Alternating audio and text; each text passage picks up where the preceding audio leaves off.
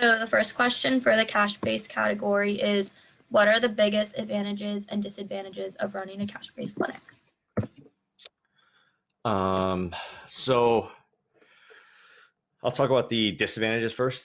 And again, this is based on my experience because I know that there are cash-based facilities that are run obviously differently. But for us, we don't have any benefits. We are very small. We are a very small company. So all of us PT-wise, we are considered contractors at Healthy Baller, but that is considered our full-time jobs.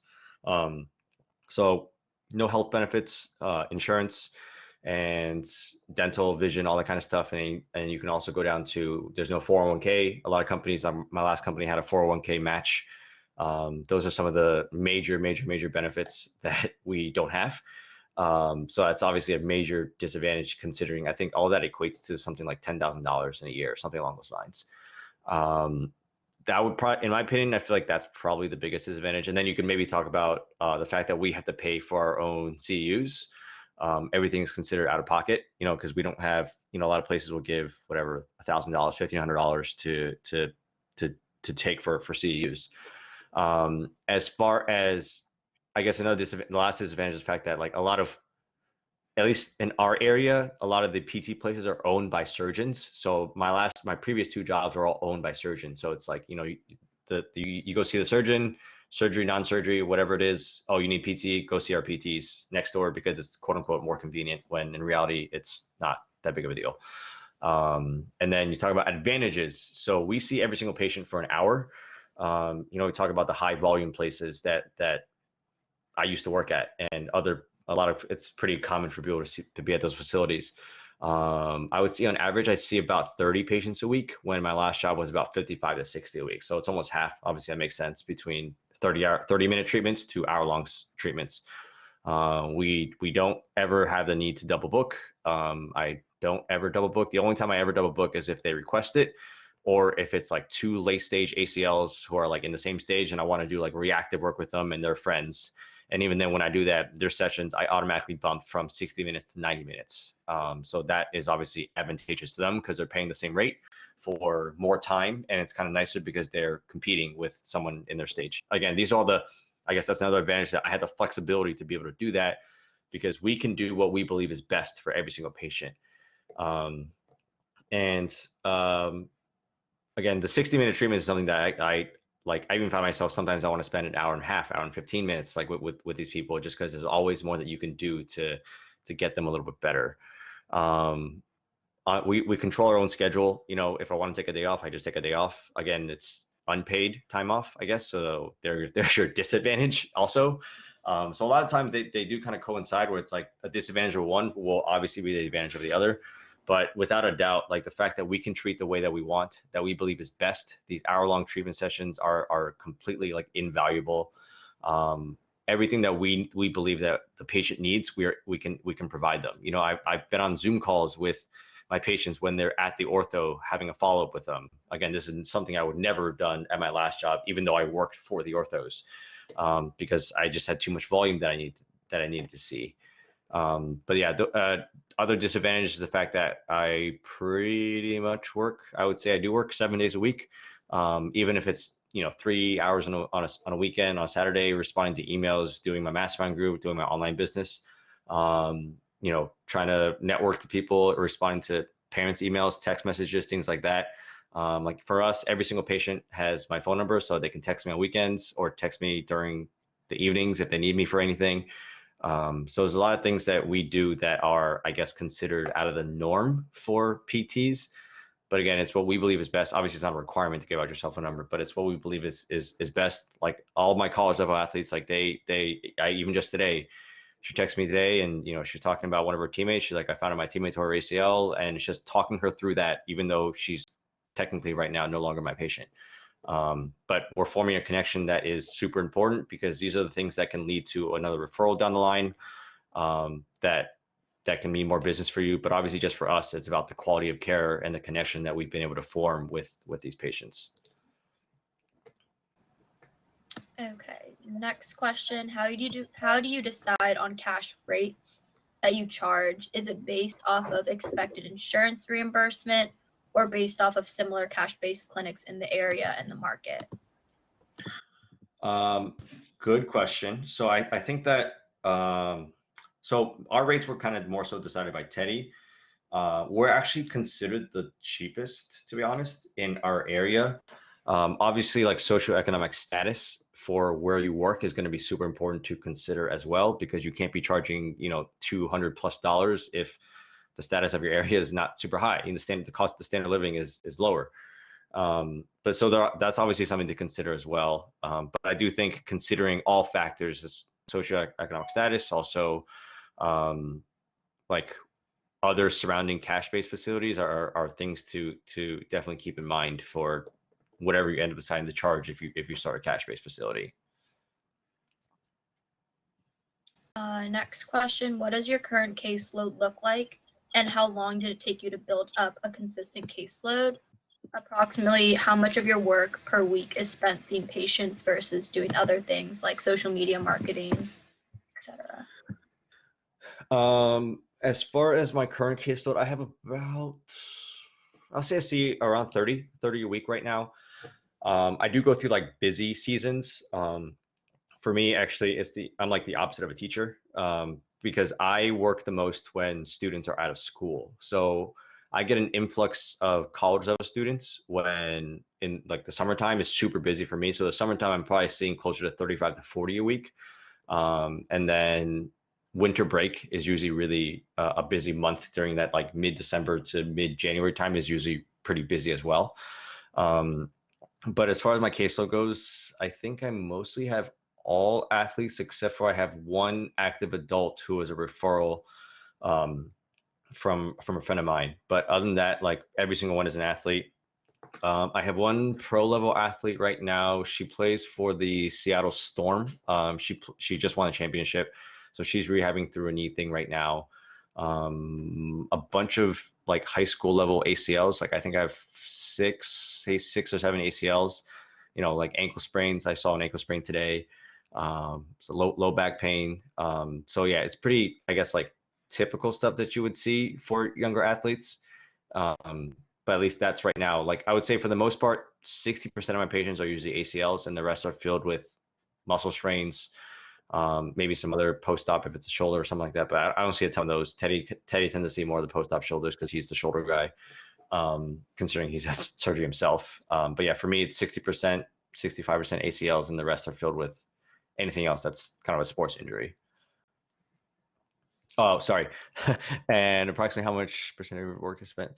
Um, so yeah, the amount of patients is obviously equated to the amount of hours. And then on top of that, you're talking about maybe an hour to an hour and a half of like paperwork, like either documenting or sending them insurance forms. Because even though we're out of network, we still send them insurance forms, responding to emails, text messages, making my Instagram post for the next day.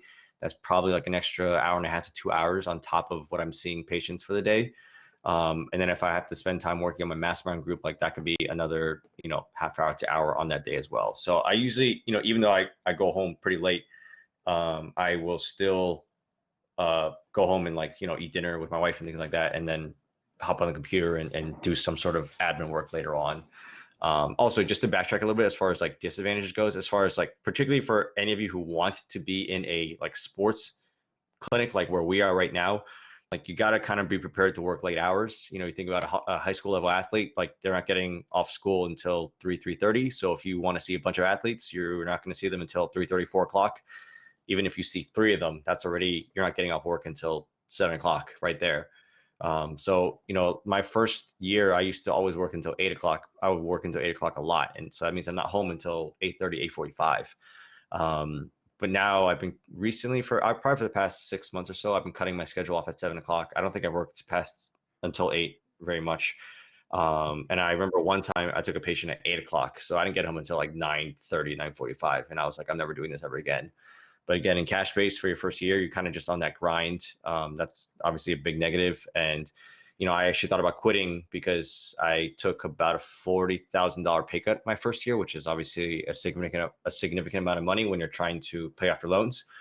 And cash base at the end of the day, truthfully, is not for everybody. Like if you're not willing to put in a lot of time, a lot of effort, which is cool. You know, it's definitely not for everybody, and you just want to be able to go 9 to 5 and clock out and go home and spend time with your family and things like that. That is obviously a big plus as well. So there's, you know, there's a lot of advantages and disadvantages when you own your own business. The next question is your treatment philosophy, according to your video, is described as being one-on-one sessions and never double booking. Do you think this quality time you get with your patients financially compensates for the lower caseload? Yeah, like I'm at this point in my career, I'm making more now than I did at my previous job, but I'm also working more hours. So, you know, it probably balances out as far as like the hourly rate, whatever you want to call it. But I also have had the flexibility of being able to do other stuff online. You know, like at my last job, I would have never in a million years dreamed to have had in a mastermind group where I get to teach people how to do rehab on a topic I'm very passionate about, and that nowhere else, in my opinion, is really being taught. You know, but the fact that I'm able to do that and I have 300 some members in that thing right now is like an absolute blessing for me. And I'm also able to make money off of that as well. So it's like I'm able to help people. I'm also able to earn some extra income. So these are obviously like very like extra beneficial things that I'm able to have.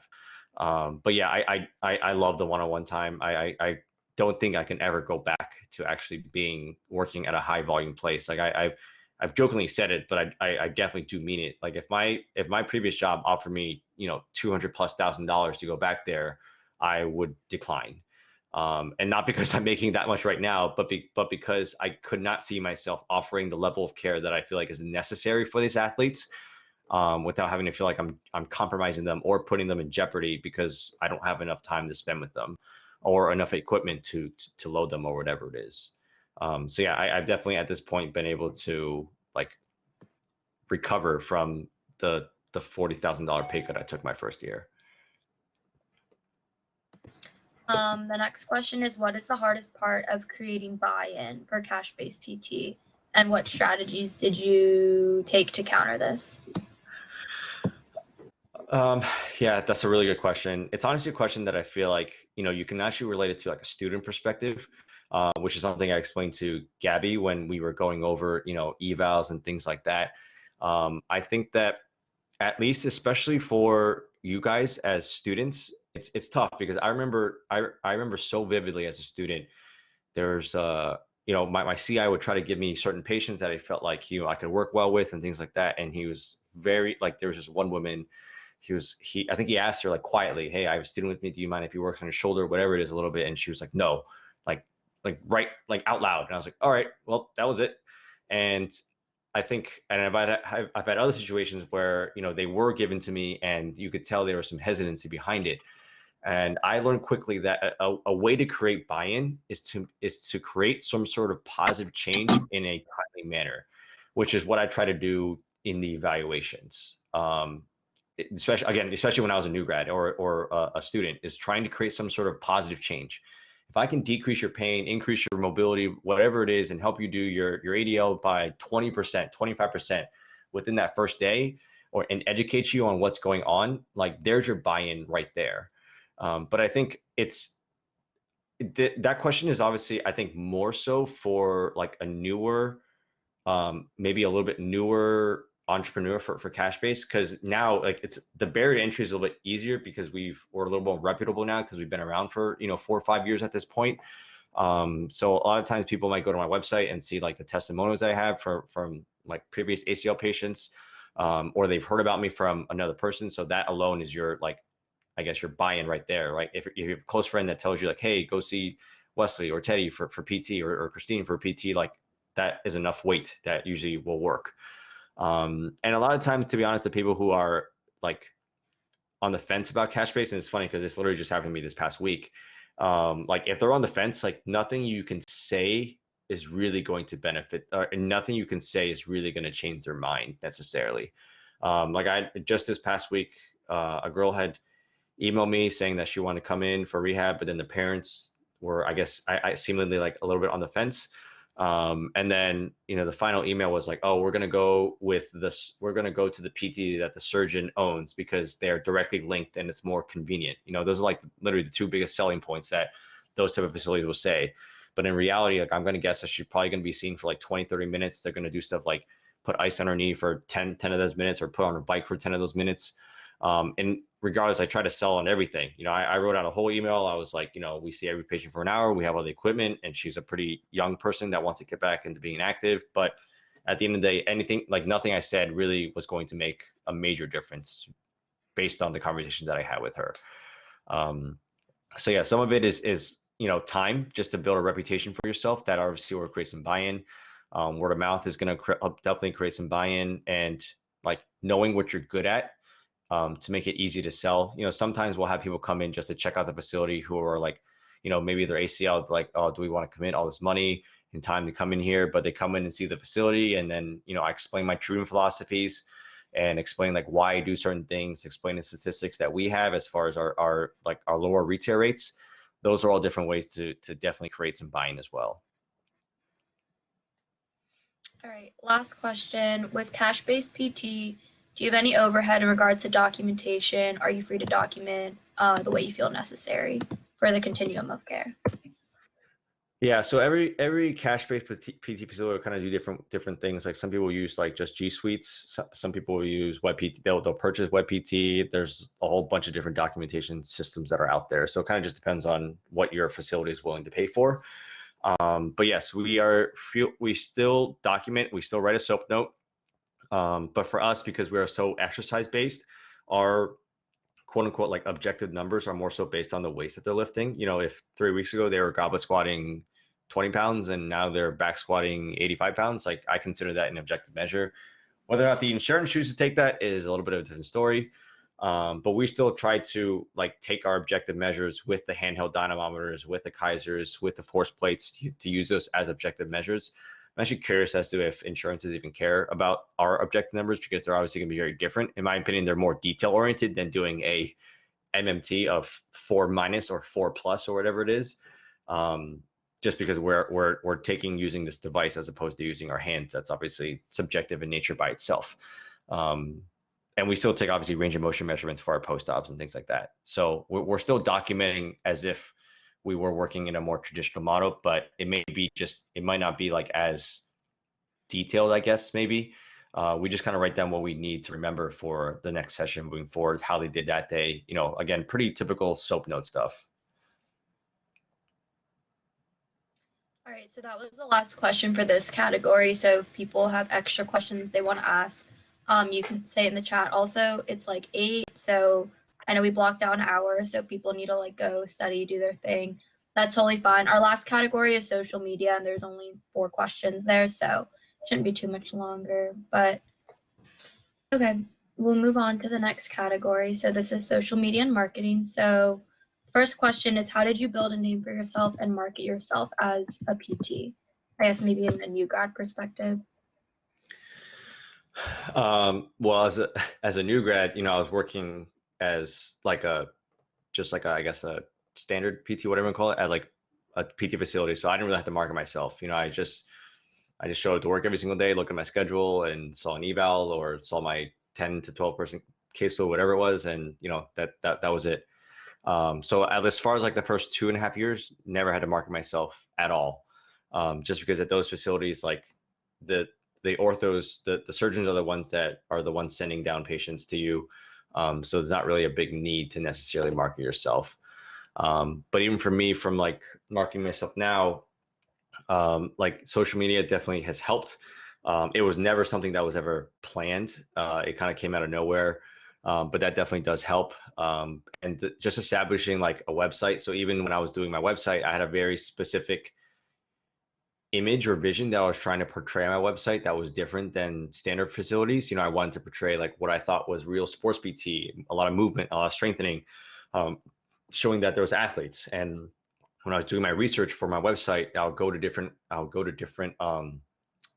Google other PT places, and it's funny because I'll Google sports PT and there's a local one, and the first picture you see is of an elderly person wearing a hard hat.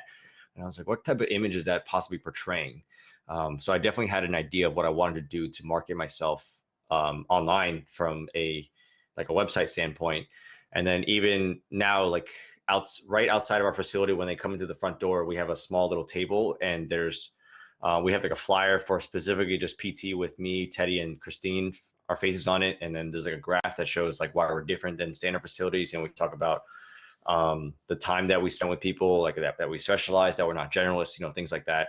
And then there's another flyer right next to it that I post specifically for ACL rehab, again, expressing that why I'm different than maybe another, like a standard facility. So those are kind of the big things that we do from a marketing standpoint. And honestly, to be honest, the biggest thing that's helped us grow is word of mouth, without a doubt. No matter what anyone says, I still think that's the number one thing that helps you grow as a business. You guys think about maybe places you guys have gone to, whether it's like food, even down to like a restaurant. It's like, oh wow, my friend told me this place is good, or a Yelp review. Those are all things that make a difference. So those are some of the small things that we have done over the last like 4.5 years to grow. So do you do advertising and marketing, or do you let things grow organically? Did you take business classes or hire people for things outside of your realm? So I definitely I took business classes like as an undergrad, but I don't think any of those necessarily helped me. I think the biggest thing that's helped me, I've listened to a lot of podcasts, like a lot of entrepreneur business podcasts that have helped me grow, particularly my online business, I would say. Like Amy Porterfield is a pretty big name. That she helps to grow people from an online business perspective. So that has really helped me. But as far as like, sorry, can you repeat your question? Yeah, do you do advertising and marketing or let things grow organically? Did you take business courses or hire people from outside of your realm?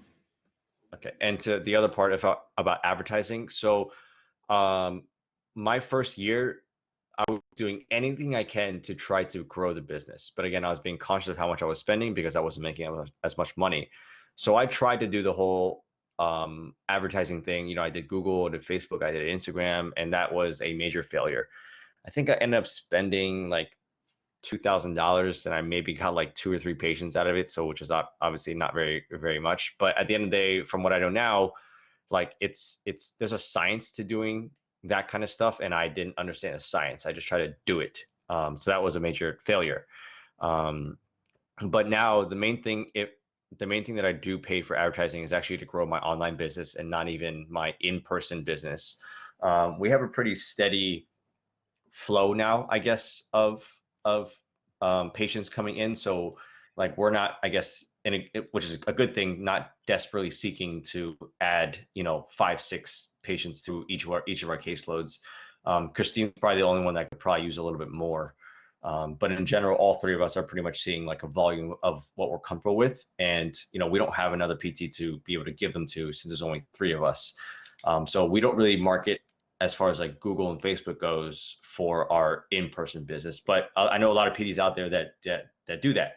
And it might be something that we explore later on if we are continuously wanting to grow. But as far as the last questions goes for if I hire people for things outside of my realm, 100%. There's a lot of websites out there like Upwork and Fiverr that really allow you to hire contractors to do stuff that you are not good at. So even thinking about like my flyer, like I actually, a perfect example, the first time I ever used it was I actually made my own like ACL injury reduction program. And you guys have heard me say injury reduction because I think the word injury prevention is kind of stupid because you cannot prevent injuries. It seems like such a small thing to say, but you cannot prevent injuries. So why are we saying ACL prevention programs? If that was the case, then a lot of us would be out of a job. I wouldn't be able to specialize in this level of injury. So I do think that injuries can be ACL injuries and other lower extremity injuries can significantly be reduced. But so that's why I chose to make my own. And I was able to hire someone to work on it for me to put together like this, I think it's like a 35 to 40 page PDF file. But I was on vacation and I was able to hire him to work on it while I was on vacation. So that was kind of a perfect example of the first time I did that. And it was amazing because I was able to still get a lot of work done, even though I wasn't technically working on it. I would check in on the app to kind of give him some feedback when he sent me updates. I've hired people to make like the intro song to my podcast, intro song to like my YouTube. Like if any of you have seen my YouTube videos, like that initial video was made by a friend of mine. I paid him to do that for me. He has come to shoot content for me, to come in and shoot videos, and all the pictures on my website were done by friends. So 100%, I think that those type of things are a smart move to make, because my first year when I was trying to make my own website, I was struggling. I would spend hours, and I'm talking like average 3 to 4 hours a day after work, coming home and just staring at this thing and stressing over this thing about I can't make it do this. And finally I got to the point where I was like, I'm just going to pay someone to do it. I ended up paying someone overseas, and it was like super cheap. It was like $300, but the website wasn't great, but it was still better than what I had. And then later on, when I was making a little more money, I paid someone more money to update it and make it even better to what it is today. So yeah, I definitely have used other people to do things that I am not good at. The last question is not about social media. I don't know why I put it here, but it's kind of a good summary question. So, is there anything that you wish you did differently when starting at your private practice? Kind of touched on some of those things. Wow, that's a really good question. I've never even thought about that. I probably would have not wasted my money on Facebook and Instagram ads, because that was, a good amount of money that I wasted. But I do think that, there's a lot of things you learn from a business perspective as you go. No one knows everything when they start. You make a ton of mistakes, and I'm still going to make more mistakes going forward. But it's a matter of like how you learn from them is super important. So I don't necessarily I wouldn't take anything back necessarily, because I thought that I utilized my time to the best of my ability. I was trying to learn from my coworkers as much as I possibly can. I would like shadow those sessions. I would ask them to teach me stuff one-on-one. When I was at home, I was reading articles and things like that. I'd also be listening to podcasts just to figure out like how to grow and develop as an entrepreneur just as much as I am as a PT. So, I truthfully, there's nothing that I would have changed. I would say the number one advice, I would have told myself to be more patient. Again, I told you I was about to quit. I thought about quitting. I probably wasn't really going to, but I thought about it at around 6 months. But in reality, knowing what I know now, I would say it takes about a year to year and a half to get to like what potentially your ideal caseload is. Some of it just takes patience. A lot of it takes word of mouth. So it's like, obviously when you just start out, people aren't going to know about you, but as you get people better and you send them back, and then a friend of theirs gets hurt, it's like, oh wow, like, so-and-so did great with me. You should go see them for your knee, for your shoulder, whatever it is. And that is something that takes time and not something that can be rushed at all. So I think looking back, my number one piece of advice would be tell myself to kind of chill out a little bit and not stress so much, and just kind of calm down and trust the process. And if I'm delivering good level of physical therapy that is different than what that people are getting at standard facilities, then I'm doing my job and it'll all work out in the end. Thank you for watching today's video. Please feel free to like and subscribe and share it on your social media platforms. If you're interested, I have started an ACL Mastermind group, which is a growing library of content centered around ACL rehab. It has exercises ranging from immediate post-op to late-stage sports-specific movements and everything in between. It's a growing library and currently holds over 250 videos. There's content centered around assessments, movement breakdowns, exercise breakdowns, case studies, and a whole lot more. You also gain access to a private forum where you can engage with like-minded people, ask questions, share research articles, and share resources. If you're interested, please feel free to click the link below. Thank you for watching.